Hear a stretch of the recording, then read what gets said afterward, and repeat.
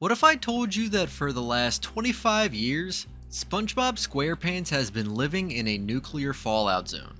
And what if I told you Nickelodeon finally, after all this time, admitted it was true? This isn't just some dark fan theory anymore. This is canon. If you missed the live confirmation that sent shockwaves across the internet, then buckle up. Here's the complete rundown, minus the laugh track, but don't forget to like and subscribe so you don't miss anything anymore. The story begins not in a pineapple under the sea, but in the real world, at a place called Bikini Atoll. In mid-1946, the United States began a series of nuclear weapon tests there, codenamed Operation Crossroads.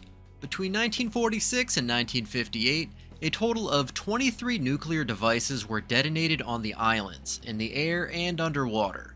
The blasts were so powerful they vaporized entire islands, carving massive craters into the ocean floor and leaving the area saturated with radiation. A contamination so severe that the original inhabitants, who were relocated, can likely never return. Now, where does our favorite sponge come in? The fictional city of Bikini Bottom is confirmed, even in the original pitch bible for the show, to be located beneath the real-life Bikini Atoll. For years, Nickelodeon called the name a coincidence, but the identical geographical pin drop is just the very beginning of a rabbit hole that goes deeper than you could ever imagine. Let's turn our attention to the first season episode, Rock Bottom. After a day at Glove World, SpongeBob and Patrick accidentally board the wrong bus, which takes them down a terrifying 90-degree cliff into a deep-sea trench. This is Rock Bottom, an aphotic zone plunged into perpetual darkness, a place so bizarre and unsettling it feels like another dimension. The characters here are unnerving, anglerfish-like beings that communicate in a language SpongeBob can't understand. The whole environment feels alien and hostile. For years, fans have pointed to this episode as a key piece of evidence. They argue Rock Bottom isn't just a quirky, strange town, it's a direct representation of a nuclear crater, a blast zone from the tests. The bizarre mutations of its inhabitants are a direct result of extreme radiation. Reddit users were theorizing about this back in 2002, but the show's writers remained silent. That silence, however, was recently broken. The moment of truth arrived during a cast interview with Esquire. Mr. Lawrence, the voice of Plankton and a longtime writer for the show, was asked about the Bikini Atoll theory. He didn't just entertain it, he confirmed it outright. His exact words, "That is true. That is absolutely true." He went on to explain that this concept was part of the show's development from the very beginning. Lawrence then dropped an even bigger bombshell. The original idea was that the world upstairs is gone and Bikini Bottom is all that's left. It was conceived as a post-apocalyptic scenario. The clip immediately exploded on TikTok, and decades of fan theories, jokes, and memes were suddenly validated. In one sentence, a beloved children's cartoon was reframed as a story of survival in a post-human world. This is where the theory stops being a theory and becomes a certified fact. With this confirmation, fans began to re-examine the show frame by frame, and what they found is chilling. Take the title card for the episode Bubble Stand. At first glance, it's just SpongeBob's pineapple home against a flowery background. But look closer. Those aren't just flowers. Behind the pineapple, clear as day, are three distinct mushroom cloud-like shapes, rendered in a gentile watercolor style. It's been hiding in plain sight since season 1. It's now believed the art department was deliberately embedding these clues, paying a subtle tribute to the real-world history of Bikini Atoll. It was a eulogy hidden in a kid's cartoon, a nod to the cataclysm that created their world. But the artists didn't just hide clues in the background. They wove them into the very fabric of the character's world, starting with their sense of style. Have you ever noticed that the aesthetic of Bikini Bottom seems frozen in time? The show is saturated with a mid-century atomic age vibe. Female characters often wear poodle skirts, while the men sport ascots and peacoats. The technology, from the televisions to Plankton's computer wife Karen, evokes a retro-futurism of the 1950s and 1960s. The music itself often parodies the surf rock sound of the Beach Boys. This isn't an accident. The culture of Bikini Bottom is locked in amber, a perfect time capsule of the era when the nuclear test took place, from 1946 to 1948. The world above may have moved on, but down in the fallout zone, the clock stopped at ground zero. It's either a time capsule or a tomb. And if the fashion is frozen in time, the food tells an even darker story.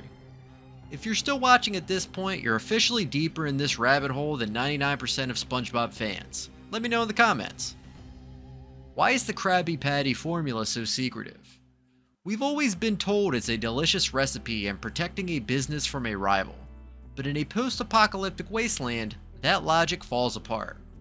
In a radioactive environment, calories are currency, but uncontaminated food is the ultimate treasure. The theory posits that the secret formula isn't about flavor at all, it's about survival. What if the Krabby Patty is one of the few sustainable, non-contaminated food sources left? Some have even speculated that the secret ingredient is in fact a type of iodine tablet used to protect against radiation poisoning, cleverly disguised as a delicious lunch. Mr. Krabs isn't just hoarding profits, he's a survivalist, stockpiling and rationing the last viable food source in his corner of the world. But Mr. Krabs isn't the only one hiding a grim reality behind a smiling face. Let's rewatch the iconic episode Band Geeks. The climax, where Squidward finally achieves his dream of conducting a successful orchestra, is a triumphant moment. But watch his face when the crowd begins to chant the name of his home, Bikini Bottom, Bikini Bottom. For a split second, Squidward flinches. It's subtle, a momentary grimace before he's swept up in the glory of the moment. We've always laughed it off as simple slapstick or his general disdain for his hometown. But view it through the lens of the confirmed theory. It's not annoyance. He's flinching as if he's hearing the name of a mass grave, a reminder of the cataclysm that defines their existence. What we perceived as comedy is actually survivor's guilt, playing out in perfect 4-4 time. This undercurrent of trauma runs so deep it was even baked into the show's audio from the very first episode. Listen closely to the laugh track used in the show's pilot episode. It's a well-known piece of stock audio, but here's the unsettling part. It's from a 1997 studio audience recording that reportedly had no children present. The laughter is entirely adult. Why would they use an adult laugh track for a children's cartoon? Because from the very beginning, the creators knew the deepest joke wasn't for kids. It was for the adults who would catch the geopolitical nod, who would understand the dark historical reference in the name Bikini Bottom. The laugh track acts as a lead blanket, a tool to distract the audience from the grim reality staring them right in the face, misdirecting them into thinking it's all just harmless fun. But the most damning piece of evidence wasn't broadcast at all. It was buried. For years, rumors have circulated about the original series Bible, a document created by Steven Hillenburg to pitch the show to Nickelodeon in the late 90s. For a long time, this document was considered lost media. When a version of it finally surfaced online, it confirmed many long-held beliefs. In it, Hillenburg explicitly states that Bikini Bottom is located underneath the tropical island of Bikini Atoll. Furthermore, Mr. Lawrence's confession aligns perfectly with the rumored contents of this Bible, particularly the claim that early storyboards and concept art depicted a surface world that was, quote, gone. Leaked images and descriptions from these early days allegedly show SpongeBob looking up at an atomic orange sun. While many of these radical ideas were scrubbed by the legal department before the show aired, Lawrence's statement confirms the apocalyptic origin was the initial intent, the foundational idea upon which the entire world was built. So let's review. We have the exact coordinates of a nuclear test site. We have a direct confession from a key writer and voice actor. We have a world with fashion and culture locked in 1958, the year the tests ended. And we have a society where the most valuable commodity, a simple burger, is hoarded like post-war rations. For over 2 decades, we thought we were watching a cheerful, optimistic sponge in a goofy underwater town. But the truth is far darker. Maybe SpongeBob isn't just the happiest sponge under the sea. Maybe he's the last happy face in a world that ended decades ago. His relentless optimism in the face of this bleak reality suddenly feels less like simple naivete and more like a profound act of defiance. What do you think? Drop your wildest answer below and remember to subscribe, because after today, SpongeBob's optimism feels either truly heroic or utterly terrifying.